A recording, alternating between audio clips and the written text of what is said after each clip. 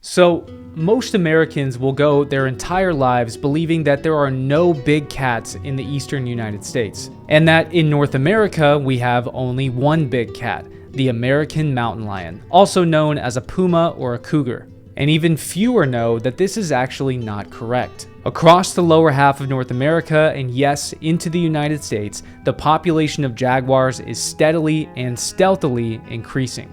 Jaguars are one of the world's most overlooked and unstudied large cats. Even in the 1960s, there was no survey or estimated population of jaguars in the Americas. They were virtually non-existent in Mexico and Guatemala due to the logging and oil and gas industries, and most scientists assumed that the jaguar lived solely in the Amazon, and even then must have had a small population. And because of this, not only people in the Americas, but people all around the world view the jaguar as the jungle cat.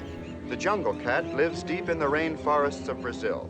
It roams the vast Amazon basin. But what if I told you that the jaguar isn't a jungle cat? What if I told you it was living somewhere else long before logging, oil and gas, and hunting pushed their population to hide deep within the Amazon? What if I told you that jaguars are actually native to the continental United States and were here long before they wandered down into Mexico, Central, and South America? Just 300 years ago, jaguars could be found north of the Rio Grande, from the great forested mountain ranges of California, the wooded river valleys of the American Southwest, to the swampy lowlands of the Gulf Coast, and yes, across the woodlands of the eastern US, all the way up into the Appalachian Mountains and around the Great Lakes. My name's Luke Caverns, I'm an American explorer, and I come from a lineage of explorers who searched for lost Spanish treasure and ancient artifacts in the American Southwest dating back to the 1890s. And this is the American Wilds.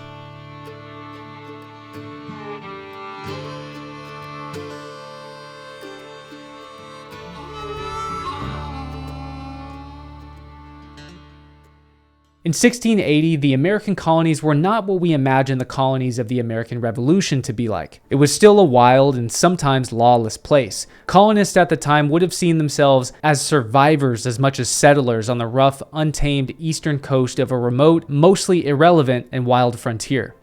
The colonies were populated by impoverished citizens with no other opportunities and criminals who were essentially cast out of England, thrown as fuel into the furnace of the English colonies, churning out profits for the crown back home across the Atlantic. And English explorers like Thomas Ashe were frequently sent from England to spend time in the colonies, oversee its way of life, economy, landscape, and wildlife, document their findings, and report an assessment back to the crown when they were finished. In 1680, Ashe was sent from England to perform a 2-year assessment on the state of affairs in the province of Carolina, now known today as North and South Carolina. He arrived in Charleston and spent time gathering information on the city's economy, trade, climate, land, and agriculture. But he also ventured on horseback farther west into the foothills of Appalachia, where he gives what may be the very first descriptions ever written of the region's wildlife. Deer in infinite herds are found in all places of the woods and fields, the flesh of which is very good food and the skins very serviceable for many uses. Wolves, bears, panthers, and wild cats are always present here, and bears are sometimes found in great numbers. There are also plenty of deer, but there are no beavers at all, and no ground squirrels. Now, most likely the absence of beavers and ground squirrels is not because they weren't there, but much more likely because the fur trade began in Appalachia long before historical documents would indicate. Though gray squirrels and flying squirrels are abundant, alligators are very common in this area, but they aren't particularly dangerous. Still, because of them, people swim much less here than they do in the northern colonies. And finally, he says something here that will really pique your interest. So have you ever found out that you were being charged for a streaming subscription that you had totally forgotten about, or you subscribe to some channel to watch a show, the show ends, and you just completely forget to unsubscribe, and the company basically makes it impossible to unsubscribe? Well, that's happened to me, that's happened to you, that happens to everybody. But luckily for you, I teamed up with today's sponsor, Rocket Money, to finally find a solution to this problem. Rocket Money is a personal finance app that lets you manage subscriptions, lower bills, create a custom budget, and grow your savings all in one place. Rocket Money is absolutely the best thing that you can use to identify your unwanted subscriptions. It automatically scans and lists every recurring charge so I can see everything clearly in one place. With just a few taps, I canceled a streaming service that I didn't even know I was subscribed to. I also used it to set up a custom budget in seconds. It shows exactly where my money is going, highlights my top spending categories, and sends alerts for upcoming bills or low balances so I never get hit with overdraft fees. And for savings, Rocket Money analyzes my spending and helps automate transfers to reach my goals faster. I just pick the goal frequency and it handles the rest. Rocket Money members have saved in a total of over $880 million in canceled subscriptions. Take control of your finances today. To save more and spend less, join the over 10 million members using Rocket Money. Scan the QR code or click the link in the description to get started for free. And you can also unlock even more features with Premium. Thank you to Rocket Money for sponsoring this video. Now I'm gonna get back inside and you can get back to the show. The tigers are very numerous and often very troublesome to the inhabitants, insomuch that they often must share their hogs with these prowling creatures. Now, some people have interpreted the term tiger, as it appears in numerous historical accounts along the eastern continental United States, as referring to the American mountain lion. But this is not the case. When analyzing the various sources, it becomes obvious that the term panther was reserved for the mountain lion, while tiger was in reference to a different large cat distinctly different from the panther, with a spotted pattern rather than a solid colored coat that was larger and more bold than the panther. And here in just a few minutes, I think you'll agree with me. In the year 1700, another Englishman would arrive to explore the wilds of the Carolinas, John Lawson. A 36-year-old explorer, naturalist, surveyor, and writer, Lawson would become one of the key figures in early colonial history that gives us a detailed peek into the wilds of the Appalachian frontier. Lawson was an explorer in the truest sense of the word. He didn't arrive in the Carolinas on official business from the crown. He was searching for adventure, opportunity, and a way to make a name for himself. He made port in Charleston in 1700 and soon set off on a 1,000-mile expedition to explore the uncharted interior of what is now North and South Carolina. He planned to sell his surveys and maps back to colonial proprietors who were looking to expand trade routes and settlements, as well as collecting natural specimens and documenting the region's wildlife, plants, and native tribes.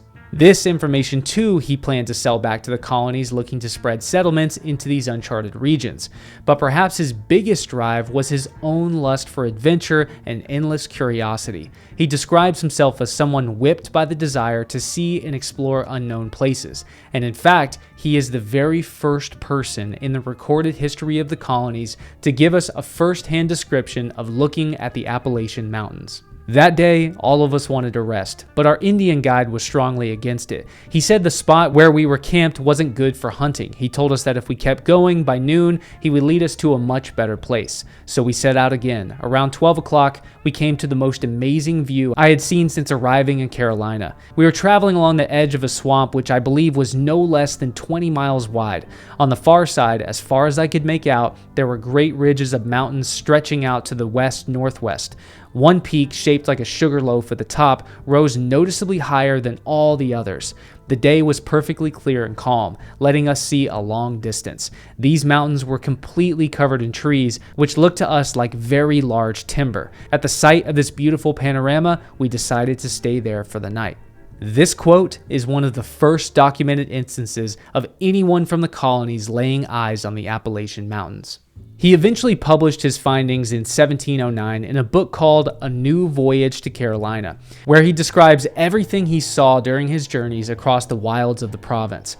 I was able to find a digital copy of the original book on Internet Archive, and to my surprise, I found some of the most vivid descriptions of the now extinct large cats of Appalachia, as well as other species like bison and buffalo that were found around the foothills of the mountains.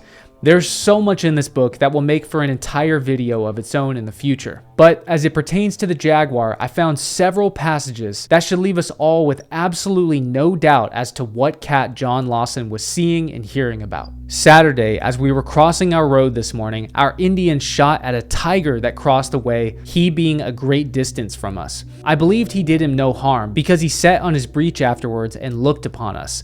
I suppose he expected to have had a spaniel dog that I had with me for his breakfast, who ran towards him, but in the midway stopped her career and came sneaking back to us with her tail betwixt her legs. Now, what he's describing here is a large, bold, quote-unquote tiger that wasn't deterred by the sound of a gunshot fired toward it. clearly different from the typically shy demeanor of a mountain lion. And he asserts this exact point in another passage by saying, "Tigers are never met withal in the settlement, but are more to the westward and are not numerous on this side the chain of mountains. I once saw one that was larger than a panther that seemed to be a very bold creature.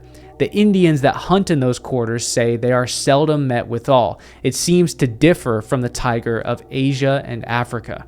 Here, Lawson tells us that jaguars are rarely seen down the east side of the Appalachians, but when they are encountered, they are a bold and dangerous creature.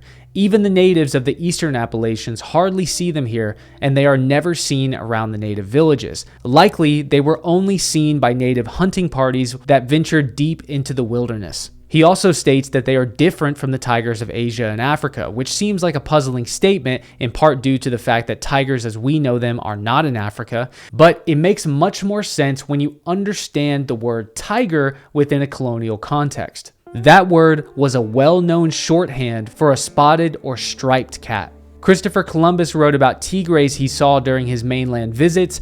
All Spanish chroniclers from the 16th century onward refer to the jaguar as a tigre. Jesuit missionaries across South America used the term tigers, or the Latin variant tigres, when referring to jaguars, and 1700s naturalists exploring the Andes and the Amazon used the word tigre interchangeably. And up until the late 1800s, when scientists began becoming more and more precise with their terminology, they began exclusively using the indigenous term jaguar.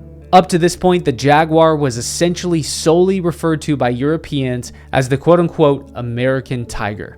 And for even more evidence that John Lawson was not mistaken, he even provides a list called the Beasts of Carolina, where he explicitly lists tiger along with the panther, catamount, and wild cat. He again lists the jaguar or tiger alongside the panther when recounting an experience sleeping alongside a swamp with a group of native hunters. When we were all asleep in the beginning of the night, we were awakened with the dismalest and most hideous noise that ever pierced my ears. The sudden surprisal incapacitated us of guessing what this threatening noise might proceed from, but our Indian pilot acquainted us that it was customary to hear such music along that swamp side, there being endless numbers of panthers, tigers, wolves, and other beasts of prey, which take this swamp for their abode in the day, coming in whole droves to hunt the deer in the night, making this frightful ditty till day appears. Then all is still as in other places. Between Lawson's publication in 1709 and Richard Harlan's 1825 book, Fauna Americana, a description of the mammals of North America, there is a blank spot in the jaguar's historical record. There are no surviving or known documents attesting the jaguar's presence in Appalachia, but later publications, including Fauna Americana, actually seem to be referencing publications that used to exist in the mid to late 1700s, which do attest to the jaguar's presence. What these lost publications are, what context they're in, and who wrote them, nobody knows. But hopefully someday they will resurface if more independent researchers pick up the search for the lost history of the North American jaguar. By the 1800s, the jaguar was still known to exist in small numbers east of the Mississippi River, and French explorer Constantin Rafinesque claimed to have known of or seen quote-unquote large wandering tigers of the United States, and even saw their skins hung up in the barns of farmers who killed them across the frontier, from Kentucky to Ohio all the way up to the Great Lakes. By the 1800s, both jaguars and mountain lions in the Appalachian Mountains had been almost entirely hunted to extinction by long hunters searching for beaver, elk, and buckskins who never hesitated to shoot and kill a large cat, with the last officially documented sighting of a mountain lion in the region taking place in the forest just outside of Franklin, North Carolina in 1886. From then on, the jaguar continued to be hunted to extinction across the United States, Mexico, Central America, and near extinction in South America until by the 1960s, nobody had any idea how many jaguars actually existed.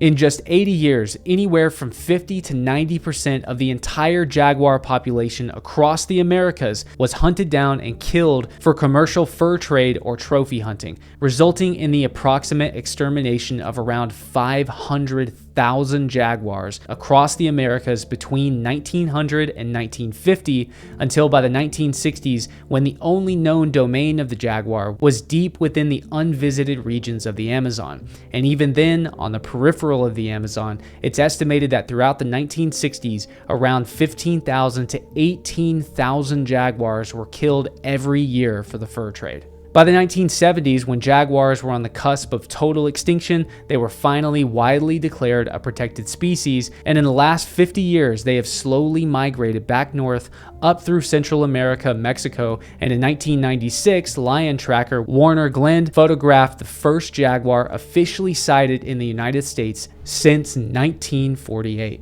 Now, spending so much time studying ancient Native America, the jaguar and the mountain lion have become a deep fascination of mine over the years. Not only in the way that Native Americans viewed these large cats across North, Central, and South America, but also the regions they used to inhabit.